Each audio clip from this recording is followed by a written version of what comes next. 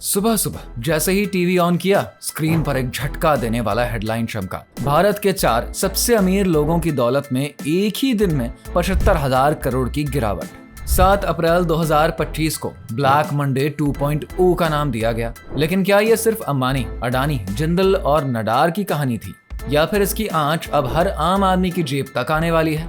वजह बनी एक ट्वीट, ट्रंप की नई टैरिफ नीति और ग्लोबल ट्रेड वॉर का फिर से उठता हुआ तूफान। सवाल है कि क्या हम इसके लिए तैयार हैं और अब अगला झटका किसका होगा? रिलायंस इंडस्ट्रीज के चेयरमैन मुकेश अंबानी की नेटवर्थ में हाल ही में एक ही दिन में 3.6 बिलियन डॉलर यानी करीब 27,000 करोड़ रुपए की भारी गिरावट आई है, जिसकी सबसे बड़ी वजह जियो फाइनेंशियल सर्विसेज में आई 28% की गिरावट रही। ये गिरावट इतनी गहरी थी कि अंबानी के पूरे पोर्टफोलियो को झटका दे गई और ये दिखा गई कि जब किसी कारोबारी की संपत्ति इतनी व्यापक होती है तो किसी एक सेक्टर में आया हल्का सा तूफान भी अरबों की दौलत को बहा ले जाता है। इसी कड़ी में गौतम अडानी का नाम भी सामने आया, जिनकी कंपनी के शेयर 3% से लेकर 22% तक गिरते चले गए। Adani green energy, Adani total gas और अडानी एंटरप्राइजेस जैसे बड़े नाम भी इस गिरावट से नहीं बच सके। नतीजतन अडानी की नेटवर्थ में 3 बिलियन डॉलर की कटौती हुई। ये वही अडानी ग्रुप है जो कि 2023 में हिडनबर्ग रिपोर्ट के बाद करीब 120 बिलियन डॉलर का नुकसान झेल चुका था। हालांकि कोर्ट से राहत के बाद ग्रुप ने वापसी करी, लेकिन अब आई ये नई गिरावट उनके लिए फिर एक आर्थिक परीक्षा बन गई है। इस आर्थिक तूफान से सावित्री जिंदल भी नहीं बच सकी, जो कि भारत की सबसे अमीर महिला है।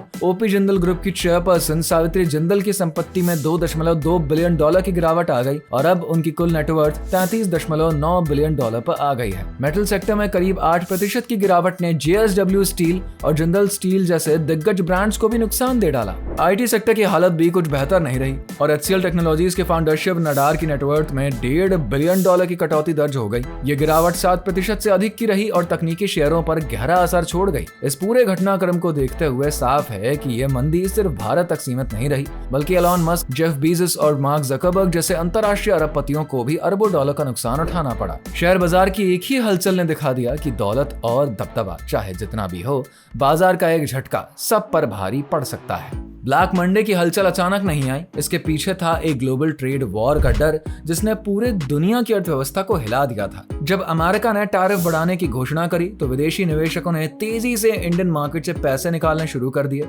नतीजा, भारत जैसे उभरते बाजार पर सबसे तेज और गहरा असर पड़ गया। सिर्फ अरबपति ही नहीं, आम निवेशक भी इसके चपेट में आ गए। मार्केट में 10% की गिरावट का मतलब है कि आपके 5 लाख के म्यूचुअल फंड से 50,000 रुपए एक झटके में गायब। और इसी दिन वॉरेन बफे ने 12.7 बिलियन डॉलर कमा लिए। 7 अप्रैल 2025 का ब्लैक मंडे भारतीय शेयर बाजार के लिए एक तगड़ा झटका था, लेकिन डॉक्टर वी के विजय कुमार के मुताबिक भारत की इकोनॉमी की नींव अभी भी मजबूत है। क्योंकि भारत का अमेरिका को एक्सपोर्ट महज 2% GDP के बराबर है, इसीलिए इस गिरावट को स्थायी मानना गलत होगा। बाजार में ऐसे उतार चढ़ाव आते रहते हैं और इन्हीं मौकों में छिपे होते हैं समझदारी से निवेश करने के सुनहरे मौके। क्या आप इस गिरावट को डर की तरह देख रहे हैं या फिर अवसर की तरह? अगर वीडियो से कुछ नया सीखने को मिला है तो लाइक करिए, कमेंट करिए, सब्सक्राइब जरूर करिए।